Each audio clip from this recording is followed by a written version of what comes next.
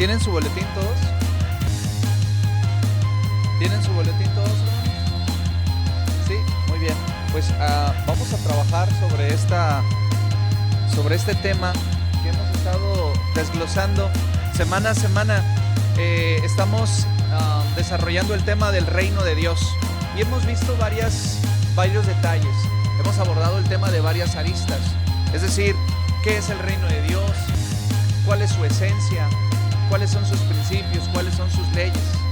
Y hoy vamos a avanzar en este tema con el perfil de los ciudadanos del reino. Mire, Jesucristo utilizó una figura de lenguaje, ¿sí? La comparación. Esa es una figura de lenguaje. ¿Sabe usted que hay varias figuras de lenguaje? La comparación, la sinécdoque, el símil, que varía un poco con la comparación. También la hipérbole, la parábola y algunas otras. Hay una bien chistosa, se llama prosopopeya. ¿Alguien la ha escuchado? La prosopopeya es cuando nosotros usamos sonidos para decir ¡pum! No es una palabra, es un sonido de la cosa que pasa cuando alguien se cae. Entonces hay muchas figuras de lenguaje en el idioma español y en todos los idiomas, pero en el idioma español son muy particulares. Jesucristo utilizó figuras de lenguaje para expresar cosas muy abstractas, cosas muy ceñidas, muy detalladas a una sociedad iletrada, a una sociedad que en el primer siglo era analfabeta. Entonces, el Señor Jesús utilizó figuras de lenguaje para referirse a cosas muy profundas y ponerlas muy claras. Pero, y aquí hay un gran pero, ¿por qué no se entienden del todo las parábolas, las imágenes que Jesús utilizó? ¿Por qué no son tan digeribles? Y la semana pasada concluimos que no son tan digeribles porque fueron puestas para las personas para que lo escuchen, pero no están tan fácil de atrapar. ¿Por qué? Porque requieren humildad, requieren nueva transformación, requieren que la persona se interese por escarbar. Y ponía yo un ejemplo. Imagínense una persona que te dicen, mira, allá en Sierra de Lobos hay un terreno, ¿se acuerdan de ese ejemplo? Allá en Sierra de Lobos hay un terreno que tiene un tesoro multimillonario escondido. Está en tal curva y en tal kilómetro, búscalo. Una persona dice, no, pues tráeme el tesoro, deposítalo a mi cuenta, hazme algunas inversiones, algunos manejos financieros y entonces estaré contento con esta información.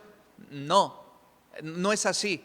Tú tienes que ir, escarbar, buscar, pagar el precio por obtenerlo. Y esa es una de las cosas que a veces no se entiende, porque Jesús habló por parábolas, habló por imágenes, habló por símiles, y una de las más grandes es el reino de Dios. De hecho, quiero decirles una cosa, la comparación del reino de Dios es la gran imagen que Dios usó, y en medio de esa imagen o dentro de esa imagen hay muchas más. El reino de Dios es una imagen que envía un mensaje muy profundo, muy abstracto, pero también fácil de entender. Miren, el reino de Dios tiene implicaciones. Un reino tiene un rey, ¿cierto? Un reino tiene legislación, ¿cierto? Un reino tiene territorio, ¿cierto? Un reino tiene ejército, un reino tiene cultura, un reino tiene ciudadanos. ¿Qué es un ciudadano? La palabra ciudadano fue introducida en la perspectiva del Nuevo Testamento por el mismo apóstol Pablo. ¿Se acuerdan aquella ocasión donde dicen, soy ciudadano romano? Y ahí aparece por primera vez en el Nuevo Testamento la concepción de ciudadano. Nosotros como mexicanos estamos muy acostumbrados a esto: ciudadanía mexicana, ciudadanía americana, ciudadanía francesa, ciudadanía española. No sé si a usted todavía en redes sociales, ¿quieres tener tu ciudadanía portuguesa vía sefardí? ¿Quieres tener tu ciudadanía española vía... ¿Sí han escuchado eso? Dices, ¿por qué a alguien se le interesaría una ciudadanía de otro país? ¿Por qué? Porque todos tenemos personas, familiares viviendo en Estados Unidos y ellos dicen, es que ya tengo mi ciudadanía. ¿Qué significa ese concepto de ciudadanía? El concepto de ciudadanía fue desarrollado por el pensamiento greco-romano. Los griegos empezaron a decir, los ciudadanos de tal provincia, los ciudadanos de tal provincia, los ciudadanos de tal provincia, y quien concretó e hizo el detalle completo de lo que es un ciudadano fue el Imperio Romano. El Imperio Romano tenía registro de sus ciudadanos, y sus ciudadanos tenían privilegios dentro de su legislación. Los que no eran ciudadanos no tenían privilegio dentro de su legislación. Por decir, un ciudadano romano no podía ser esclavo. Es algo así. Si eres ciudadano romano, no puedes estar en la categoría de esclavo. Puedes ser juzgado por la ley romana, puedes ser sentenciado por la ley romana, pero no podías dos cosas: morir sin honor y ser esclavo.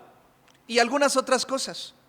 De hecho, un ciudadano romano podía exigirle a otra persona de inferior categoría, porque no era ciudadano romano, llevar su carga por 1 milla. ¿Se acuerda de esa ley?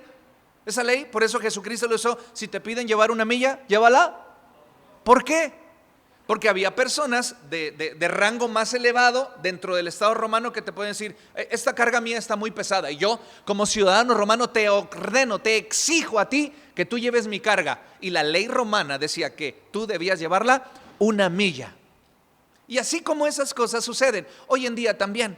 Hoy en día también las personas que llegan a nuestro país usan una fórmula FM3, FM2, y entonces hay un proceso de legislación, hay un proceso de naturalización, y cuando tú eres naturalizado mexicano, naturalizado de cualquier país, obtienes beneficios, pero también responsabilidades con el Estado. Por eso, cuando hablamos del perfil de los ciudadanos del reino, estamos hablando de una clase, si me permiten la expresión, un grupo de personas que tienen ciertas características muy particulares. Si el reino tiene un rey, si el reino tiene una legislación, si el reino tiene una territorialidad, que concluimos que no es un territorio sino más bien dimensional, si el reino tiene todas esas características, debe tener una, ¿cuál? Ciudadanos, personas que pertenecen. Y si hay personas que pertenecen, hay personas que no pertenecen. Y sobre esa línea de pensamiento vamos a ingresar. ¿Estamos aquí? Cuando hablamos de los ciudadanos del reino de Dios, nos estamos refiriendo a cómo son o cuáles son las características de las personas que tienen un arraigo o pertenencia comprobable, atención, con el reino de Dios. Si entendemos que el reino de los cielos es espiritual y que las características del perfil de los ciudadanos del reino no solo se manifiestan en lo espiritual, sino que éstas impactan directamente también en otras áreas de su vida. ¿Cuáles serían estas áreas? ¿Cómo describió Jesús el perfil de los ciudadanos del reino? ¿Por qué es correcto llamarle ciudadanos? ¿Alguien se acuerda cuál es otro pasaje bíblico en el Nuevo Testamento donde habla de la ciudadanía? El apóstol Pablo desarrolla ese tema, ¿no? Porque nuestra ciudadanía está en los cielos. Y el Apocalipsis también habla acerca de un registro del INE. Su nombre está escrito en el libro de la vida. ¿Están siguiéndome? Y sí hay una línea de pensamiento que caracteriza a personas. ¿Cómo lo describió Jesús? Lucas capítulo 6, versículo 20 al 26. Vea, la palabra. ¿Me ayudan a leer la palabra? Y alzando los ojos hacia sus discípulos, decía: bienaventurados vosotros los pobres, porque vuestro es el reino de Dios. Detenga su lectura. ¿Sí se entendió? ¿Sí se entendió? Bienaventurados vosotros los pobres, porque el reino de Dios es suyo. Está hablando de una pertenencia. Sigamos. Bienaventurados los que ahora tienen hambre, porque seréis saciados. Bienaventurados los que lloráis, porque reiréis. Bienaventurados seréis cuando los hombres os aborrezcan y cuando os aparten de sí y os vituperen y desechen vuestro nombre como malo, porque por a causa del Hijo del Hombre. Gozaos en aquel día y alegraos, porque aquí vuestro galardón es grande. ¿En dónde? Porque así hacían sus padres con los... Pero ahora vea la contraparte. Mas ay de vosotros ricos, porque ya tenéis vuestro consuelo. Ay de vosotros, los que ahora estáis saciados, porque tendréis hambre. Ay de vosotros los que ahora reís, porque lamentaréis y lloraréis. Ay de vosotros cuando todos los hombres hablen bien de vosotros, porque así hacían sus padres con los falsos profetas. ¿Notó usted el pensamiento de Jesús donde hay una comparación y a la vez una discrepancia? Vea, a la luz de este pasaje bíblico podemos ver un contraste entre los ciudadanos del reino y las personas que no lo son. Y a los ciudadanos del reino se les llama ¿cómo? Pobres. Y a los que no son se les llama ricos. Esto además de ser un contraste también deja ver intereses que dividen a las personas. ¿Desde qué perspectiva? Desde la perspectiva de Dios. En donde está puesto tu tesoro, allí también estará tu corazón.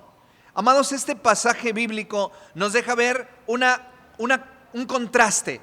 Un grupo de personas con ciertas características y otro grupo de personas con ciertas características diametralmente opuestas. No puedes confundirte entre un rico y un pobre, ¿o sí? ¿Puedes confundirte?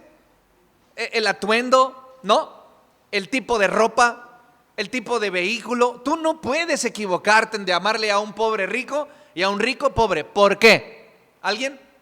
Porque es que eso, me puedo equivocar en muchas cosas, pero no me puedo equivocar en distinguir, a menos que él quiera pasar por rico o él quiera pasar por pobre. Pero déjeme decirle una cosa, aún los pobres que quieren pasar por ricos no parecen, ¿sí o no? ¿Están aquí? ¿Por qué? Estereotipos, pastor, perspectivas, formas, maneras, por lo que usted quiera, pero no nos podemos equivocar. Un pobre se ve pobre, ¿sí o no? ¿Sí? ¿Huele a pobre? ¿Sí o no? ¿Camina como pobre? ¿Piensa como pobre? ¿Sí o no?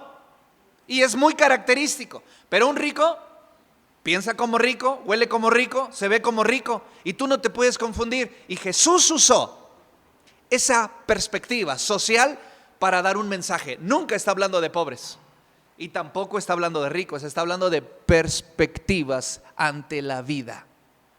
No te puedes equivocar.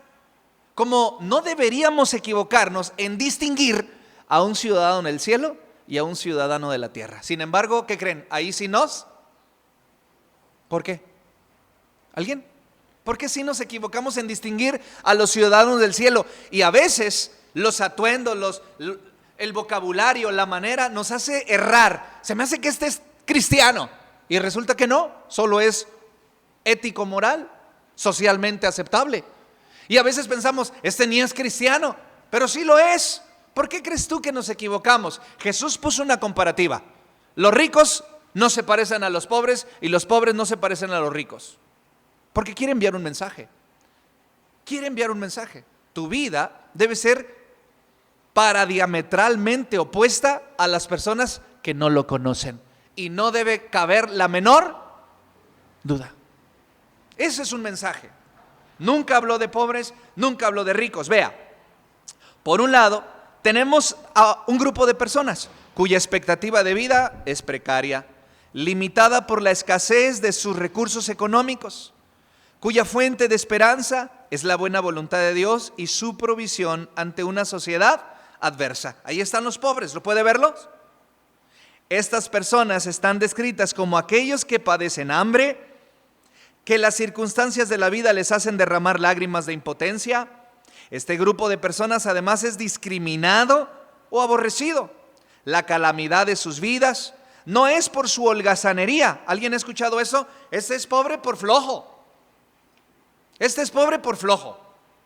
Este es pobre porque en esta perspectiva quiero ser muy claro y que hagan una separación en su mente y en su entendimiento de esta palabra. Jesús no está hablando de pobres económicos. No, sin embargo está usando la imagen. ¿Sí me entendieron?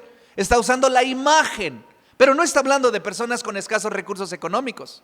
Ahora, Jesús partió de lo conocido para llegar a lo, díganlo por favor, como una técnica de memorización. Jesús partió de lo conocido para llegar a lo desconocido, ¿sí o no? La gente conocía bien a los pobres. Sabía cómo olían, sabía cómo se veían, sabía cómo mendigaban. Ellos lo conocían y conocían a los ricos, entonces partió de lo conocido para llegar a lo desconocido. Pero Jesús, ya más de 2000 años después, nosotros podemos entender que no habló de economías, no habló de atuendos, no habló de necesidades. Este pasaje bíblico que tenemos aquí en el Evangelio según San Lucas se complementa en Mateo y dice: bienaventurados los pobres. ¿Qué calificativo usa? Vamos, recuerden, ¿los pobres en qué? En espíritu. Mateo es más detallado: bienaventurados los pobres en espíritu, bienaventurados los que tienen hambre y sed de justicia. Mateo es más explícito, pero Lucas no. Lucas dijo: bienaventurados los pobres. Ahí arréglatelas para entender. No da un calificativo. Bienaventurados los que tienen hambre, porque serán saciados. Entonces la imagen es muy cruda. La imagen es muy cruda. Mateo no. Mateo dice: bienaventurados los pobres en espíritu. Entonces tu mente ya batalla para decir: a ver, ¿qué es un pobre en espíritu? ¿Qué son los que tienen hambre y sed de justicia? Por eso me gusta Lucas, porque te deja la imagen bruta, cruda. Un pobre y un rico, no te puedes equivocar. Un pobre y un rico, no puedes elegir equivocadamente. Pero además, este grupo de personas no es pobre por holgazanes, no es pobre por flojos, ni tampoco por falta de suerte. Ellos, ese grupo de personas, están sumidos en esa condición porque al proclamar su fe y su confianza en Dios, son objeto de abusos y contrariedades por parte de las personas que están en preeminencia. Ese es el mensaje de Jesús. Bienaventurados los pobres, sin desligar la imagen de la proyección. ¿Por qué son pobres este grupo de personas a las que Él se refiere? Porque dentro de su auditorio deben recordar eso. Jesús está sentado en una piedra o puesto de pie. Detrás de Él hay un monte y hay gente. ¿Qué tipo de gente está oyendo a Jesús? Vamos. ¿Gente de negocios? No, porque esos no tienen tiempo. ¿Quién está oyendo a Jesús? Vamos. Familias, hombres, mujeres que han dejado sus casas, que cargaron con sus niños, que cargaron con sus cosas y fueron a escuchar al maestro. Le pregunto, ¿por qué alguien dejaría su rutina diaria para salir a escuchar a un predicador itinerante? ¿Por qué alguien dejaría la comodidad de su casa para salir a escuchar a un predicador itinerante? ¿Por qué? Por una terrible necesidad de esperanza. Así que no está del todo disparatado la imagen de Jesús. Bienaventurados los pobres. ¿Quién está delante de Él? No están los ricos, no están los encumbrados, no están los adinerados. Así que la persona recibe ese mensaje de dos perspectivas. Pobres en espíritu porque buscaron a Dios. Pobres en espíritu porque tenían una prioridad. ¿Cuál es la prioridad de un empresario? Su empresa. ¿Me están siguiendo? ¿Cuál es la prioridad de un indigente? Conseguir la comida de ese día. ¿Estamos? Oiga, pastor, ¿eso está diciendo que un empresario, que una persona adinerada no puede entrar en el reino de Dios? Nunca habló de personas adineradas. Siempre habló de personas que tenían sus prioridades encontradas. ¿Me están siguiendo? ¿Puede haber ricos pobres en espíritu? Sí. Está Job, está Abraham, está David, ¿sí o no? ¿Hay ricos pobres en espíritu? Sí, porque el problema no es el dinero, es la relación que tienes con él. Dígalo, dinero. El problema no es que falte dinero, el problema no es que sobre dinero, el problema es que batallamos para poner en su lugar dígala, dinero. Ser pobre o ser rico no tiene que ver con la economía, tiene que ver con la actitud frente a la riqueza, haya o no haya. Y eso es lo que está calificando Jesús. Exactamente eso es lo que está calificando Jesús. Está hablando de pobres, está hablando de hambrientos, está hablando de perseguidos, está hablando de personas vituperadas, está hablando de personas perseguidas. ¿Pero por qué están en esa condición? Gozaos en aquel día y alegraos, porque aquí vuestro galardón es grande en los cielos, porque así hacían sus padres con los profetas. Y ahí está la clave. ¿Por qué perseguían a los profetas en el Antiguo Testamento? ¿Por qué aventaron al pozo a Jeremías? ¿Vamos? ¿Están aquí? ¿Por qué hablaron mal y señalaron fuertemente a Oseas, un devocional que acabamos de pasar hace algunos meses? ¿Por qué? Porque servían a Dios. Oseas, Jeremías, Isaías, Malaquías y los demás la pasaron mal. ¿Por qué? ¿Por malos hombres? ¿Están aquí? ¿Por qué la pasaron mal? Por la adversidad de su ministerio, por la adversidad de su fe, por la adversidad de su veracidad, por la adversidad ante su esperanza en Dios. Entonces, cuidado, este es pobre porque es flojo. Cuidado, no conoces historias, no conoces perspectivas de personas que están en una situación precaria. ¿Por qué? Quizá tendrías que escuchar su historia. Debemos entender que el sufrimiento cristiano no tiene nada que ver con la ineficacia o la torpeza, sino con la injusticia, la desigualdad social orquestada por personas que desprecian el Evangelio. De eso está hablando Jesús. Este perfil contrasta con los que llama ricos. Hacia los primeros, nuestro Señor Jesucristo expresa bienaventuranzas, pero hacia los segundos expresa ayes, que es una expresión de lamentación y amargura. Es decir, en la misma expresión del ay de vosotros está descrita la situación terrible en el que serán sumidos por la prepotencia y la soberbia con la que se condujeron en la tierra, y por ende les dejó fuera del reino de Dios. La descripción de este grupo de personas llamados ricos es paralela y a la vez contrastante con la descripción de los primeros, que son llamados pobres. De hecho, los mismos elementos que exaltó en los pobres señala como acusación en los ricos. ¿Lo pudo ver? Bienaventurados ustedes los pobres, ay de ustedes los ricos. Bienaventurados ustedes los que tienen hambre, ay de ustedes los saciados. ¿Sí se dan cuenta el paralelismo, pero a la misma vez la contradicción? ¿Por qué? Este es un tipo de poesía hebrea llamada antítesis. Lo puede ver usted en Hebreos, perdóneme, lo puede ver en Proverbios y lo puede ver en Salmos. ¿Ha leído Salmos?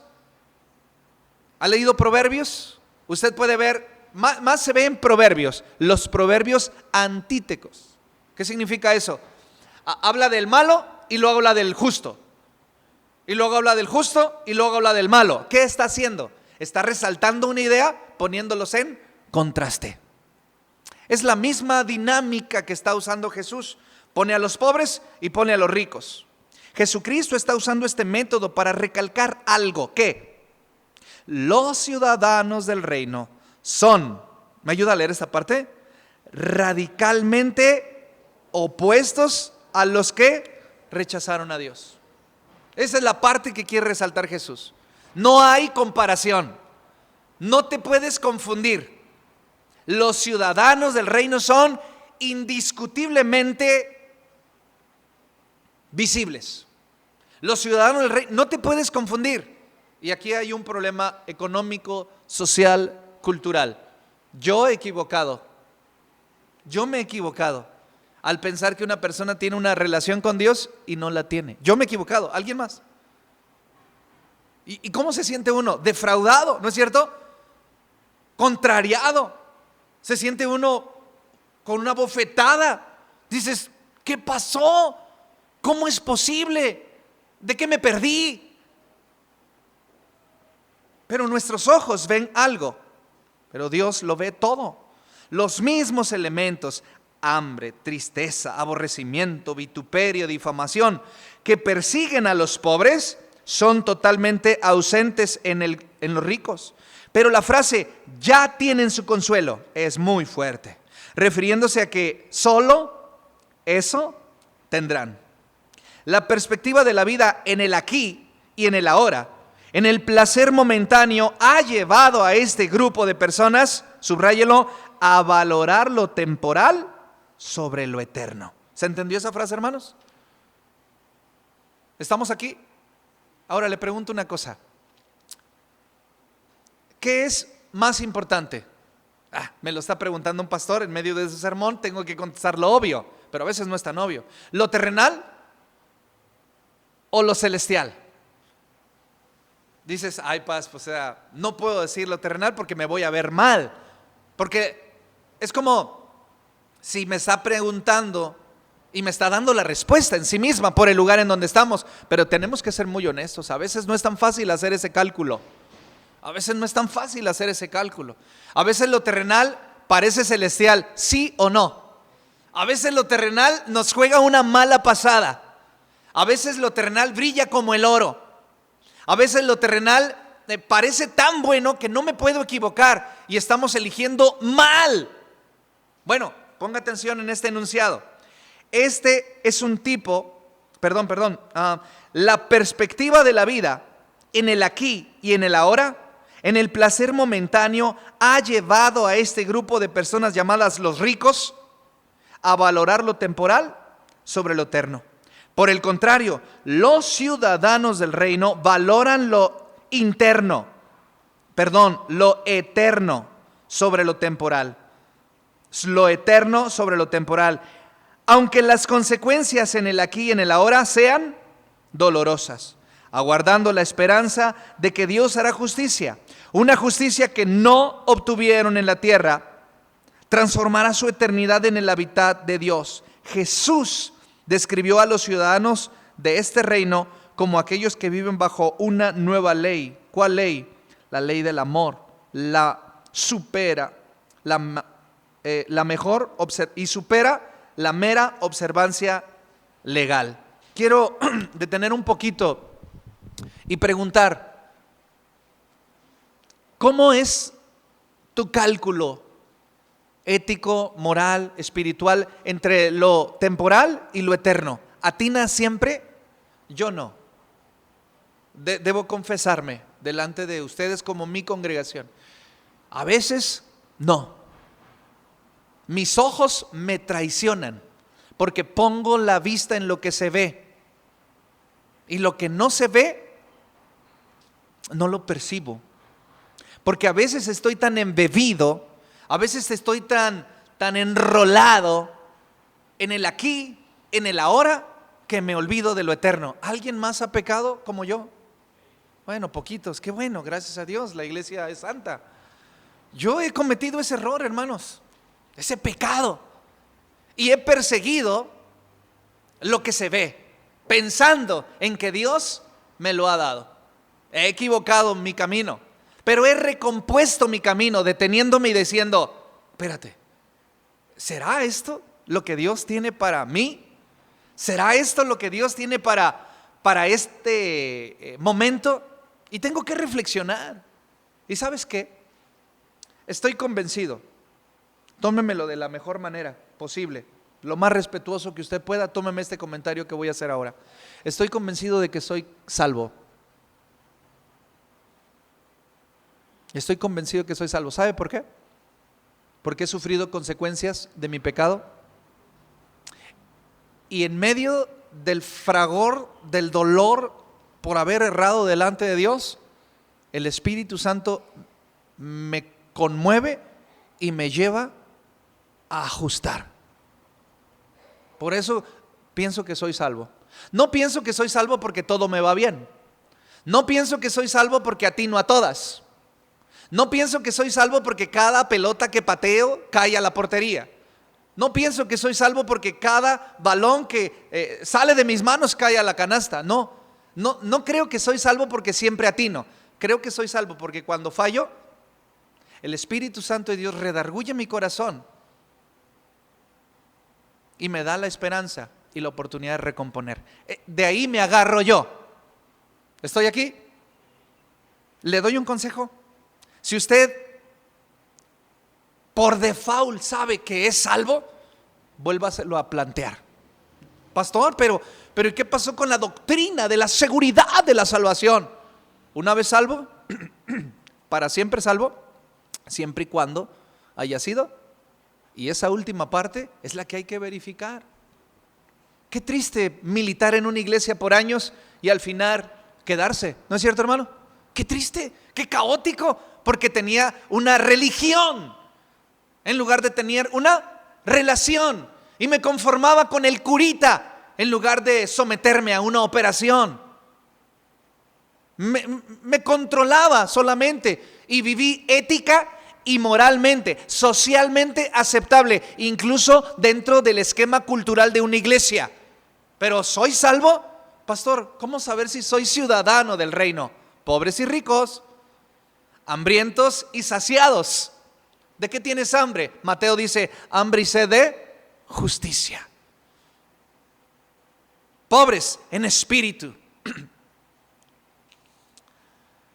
¿Por qué alguien estaría dispuesto a sufrir tales afrentas? No hay otra explicación sino el amor. ¿Por qué los pobres descritos en Jesús son pobres? ¿Por qué los hambrientos descritos por Jesús son hambrientos? ¿Por qué los que son perseguidos descritos por Jesús son perseguidos?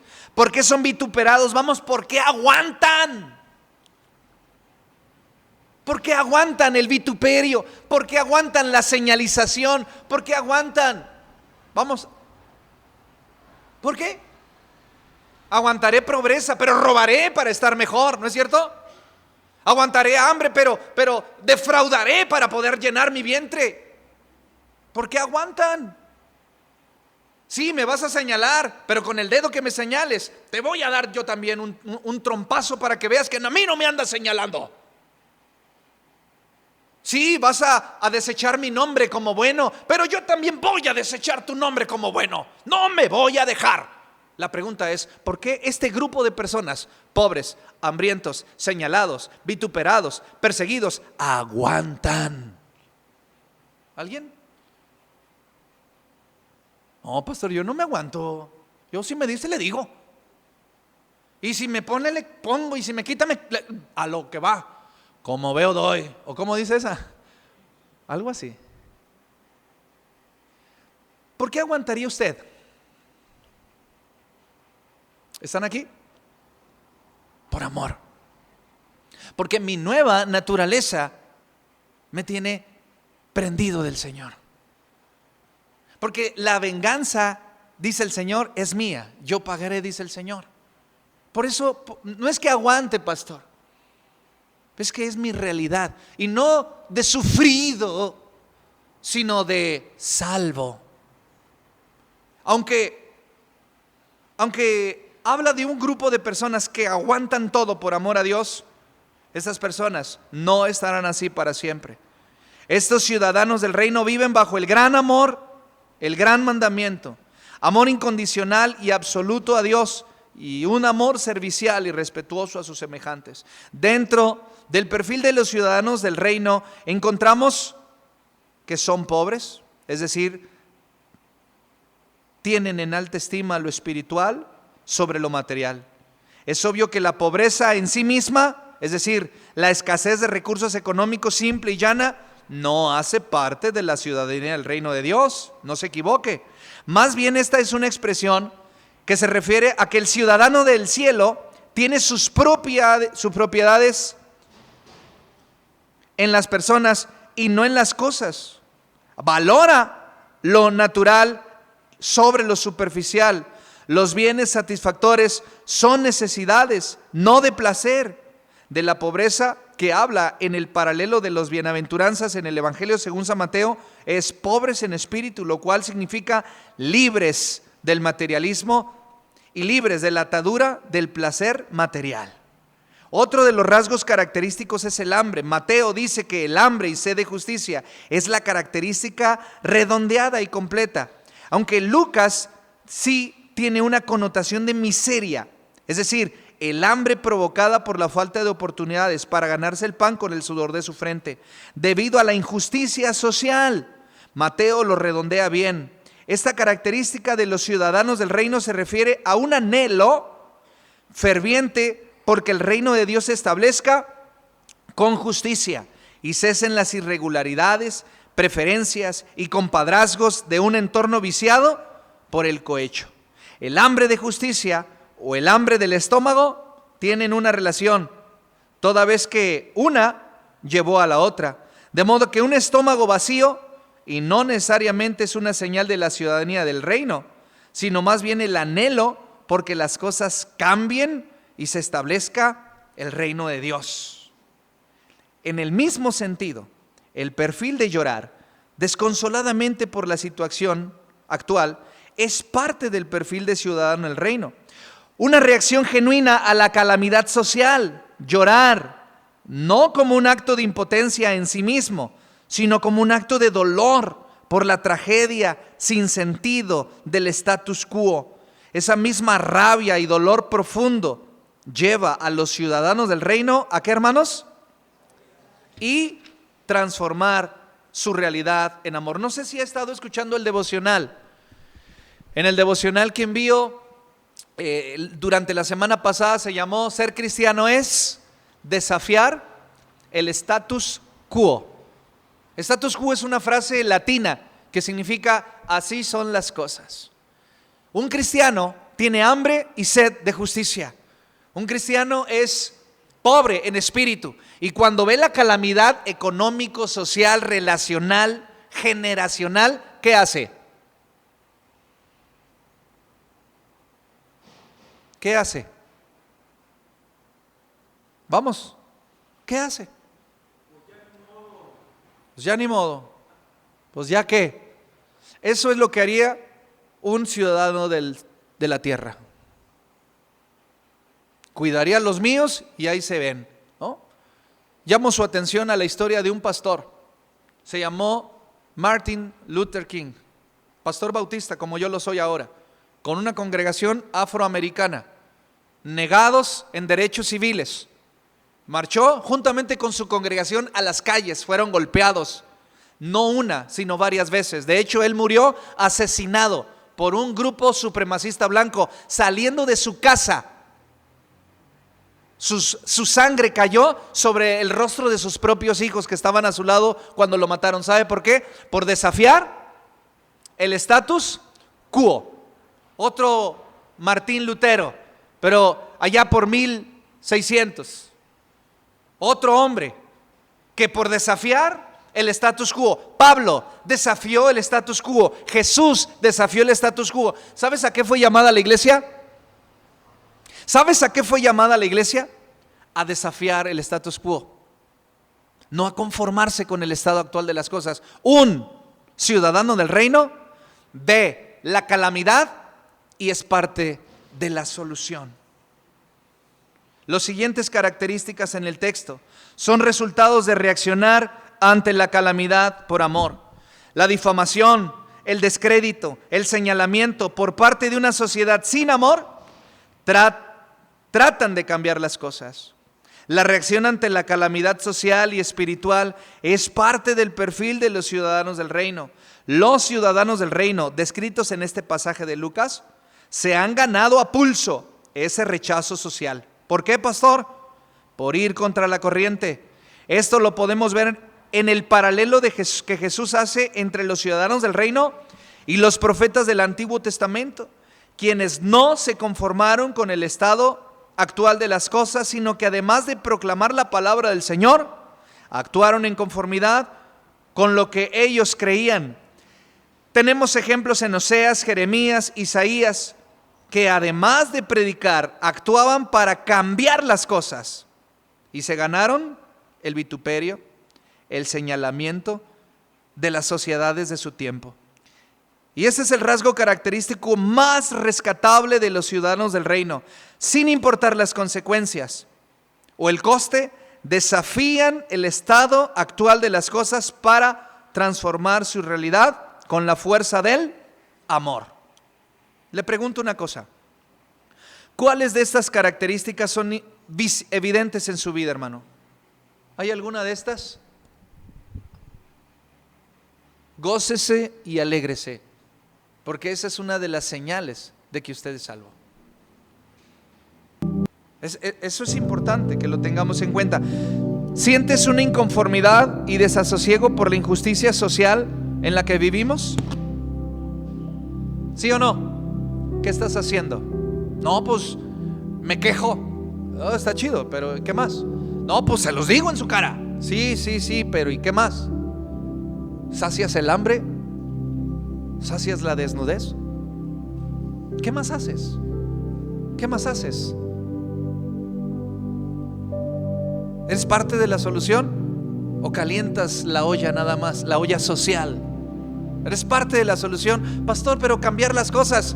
Si le cambias la vida a una persona, cambias su universo, su mundo, su historia, su pasado y su futuro.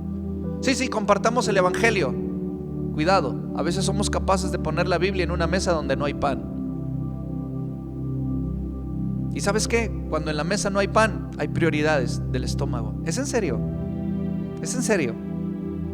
La analfabetización o el analfabetismo, más bien, la desigualdad social, la falta de oportunidades de personas con escasos recursos. ¿Cómo te tiene? Son flojos porque son pobres y así. Cuidado, tienes que verlos desde la perspectiva de Jesús. ¿Te has ganado el descrédito o señalamiento de otras personas a tu alrededor por pensar diferente? Es decir, ¿estás alineado con Jesús? Sonríe. Sonríe cuando el dedo señalador está sobre ti. Que no sea porque has fallado, sino porque te has alineado a Jesús. ¿Consideras que eres un ciudadano del reino de Dios? ¿Hay características en ti, en tu personalidad? Eso es algo para reflexionar. Mis amados hermanos en Cristo, somos como grupo, como denominación, una iglesia que tiene que ver el reino de Dios estableciéndose en la tierra. Yo les convoco, les invito, de veras, a que desde su trinchera, desde su posición económico, social, laboral, relacional, desde donde eres y desde donde estás, cuando veas algo que está mal, necesitas actuar a favor del crecimiento y del cambio. No es altruismo, no es conciencia social, es el establecimiento del reino de Dios sobre la tierra. Pastor, una pregunta. Sí, dígame, hermano. ¿Y mis problemas? ¿Y mis necesidades? ¿Y quién ve por mí? Si esa es la pregunta que ronda en tu corazón, no eres ciudadano del cielo. Fuerte, crudo. Porque los discípulos estamos para eso. En la descripción de Jesús, la recompensa es: tienen hambre, pero serán saciados. Serán saciados. ¿Cuándo? Algunas personas trasladan la saciedad y el honor y la seguridad de este grupo de personas hacia el cielo. Yo creo que no. Yo creo que Dios nos sacía aquí. Yo creo que Dios nos abraza aquí. Amén. Yo creo eso. Porque no podemos tirarnos a los pies y decir: sufriré aquí y en el cielo viviré feliz. Eso no es del todo cierto. No se comparará la sonrisa de aquí con la carcajada de allá. Pero Dios no nos ha desamparado. Amén. Dios sigue peleando la batalla con nosotros. Dios sigue comprometido con nosotros. Y si tú y yo actuamos a favor de su reino, no nos hará falta siempre su provisión, su seguridad y su sustento. ¿Eres ciudadano del reino? Oremos. Padre, en el nombre de Jesús, gracias por el perfil del ciudadano del reino. Hoy lo vimos muy sintetizado, pero nos abre un panorama para pensar en nosotros como personas que no pertenecemos a este sistema, sino que hemos creído y hecho pacto contigo para trascender en fe. Oramos y te bendecimos, Dios, por lo que has hecho en nuestras vidas. En el nombre de Jesús. Amén.